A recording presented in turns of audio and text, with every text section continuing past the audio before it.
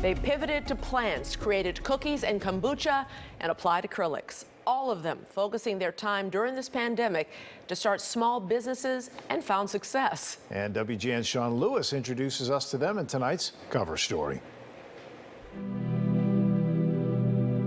1 year ago, our lives changed. The pace slowed down. Businesses shut down. Some closed for good. But even in dark times, we can find the light. One place is here, I needed an escape. where Anne-Marie Marin set up her first business ever, Cloud Cookie, in the fall. Cloud Cookie was kind of born during quarantine, so it was a pretty dark, kind of scary year for a lot of people, including myself. And one thing I noticed during quarantine that kind of kept me going and kept me happy was coming up with new cookie creations. And I noticed everyone in my household was enjoying that as well. So when I realized that, I noticed that there could be some potential for making a lot more people happy, bringing some more positivity to a lot of people. And that's really when Cloud Cookie was born. Are they ready? Bringing happiness is what Anne-Marie is banking on. Hey guys, so as you know, we're working on the build out for my cookie shop Cloud Cookie this week. She posted upbeat TikTok videos of the prep and opening of the store. They went viral. There's definitely still a lot of work to be done, but I think the vision is finally coming together. Millions of people did see the video, and because of that, I've had people from all over the Midwest actually coming into the shop, literally driving 7 hours. From Cincinnati, I had people from St. Louis coming in. Oh yeah, we just wanted to come check out the shop. We saw it on TikTok, and now we're driving home with a box of cookies. I'm like, oh my gosh. The support has been just unimaginable. A few miles away in Uptown, Hearthstone and Terrace sits comfy and cozy on Wilson Avenue. Mixed in with the lighting, furniture, art, and plants are owners Charlie and JT Murray, who planned this shop for months before the pandemic.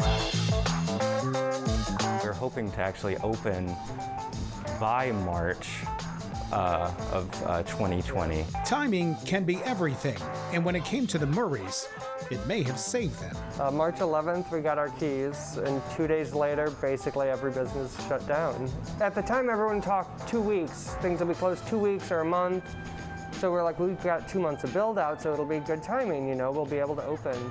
And obviously that didn't happen, so. After the month mark of everything being kind of closed down and it was still looking like it was going to go that direction even longer, that's when I started getting a little freaked out, a little worried. Yeah. Worried for a good reason. They originally planned to be mostly furniture, lighting, and rugs, with a few plants. But the furniture was not there. A lot of our stuff's handmade in North Carolina, and so their facilities were shut down, so nothing was even in production. What little bit we could get in made the inside look at least slightly decent. Once we started getting close to Mother's Day, it was just like, okay, we gotta open, like, or we're gonna go under. Like, we gotta do something. So yeah, the plants, it was kind of a bet whether or not like that would salvage the business, really. Yeah, I mean, all of our money was pretty much tied up in the stuff that was supposed to come in inside the store. So we used our personal credit cards to buy the plants in hopes that they sold, basically, and we could pay that back off. Their ability to change course quickly and grow what has become a healthy plant business as well is endemic in this pandemic.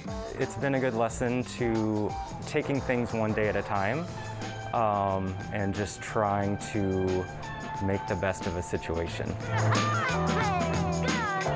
We're just crazy enough and just persistent enough to make things happen. Even in a pandemic. Even in a pandemic.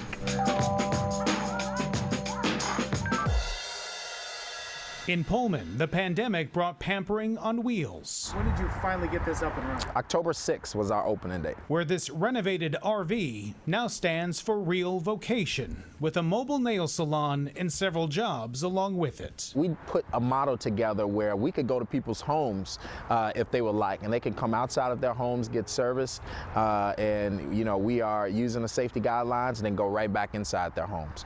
We saw an opportunity at this time where folks needed to be serviced and to feel beautiful, even during this hard time in this pandemic.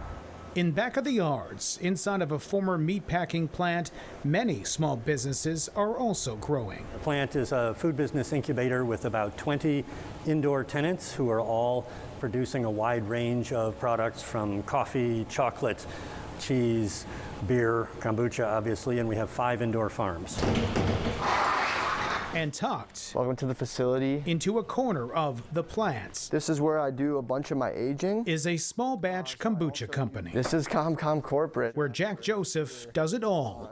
His family is the inspiration for starting his business, as so many others stopped. And my brother came home, he's like, hey Jack, why don't you start a kombucha company? I said, kombucha? I mean, are you crazy? Like, why a kombucha company? And I swear to God, I went to sleep that night and I had a dream that I started a kombucha brand. I woke up, community kombucha, mind, body, and soul, productivity enhancing kombucha elixirs for mind, body, and soul activity. Out of a dream. Yeah, out of a dream. Like most of the small businesses at the plant, they shifted sales from restaurants to direct-to-consumer and through grocery stores. Jack sees opportunity in this adversity.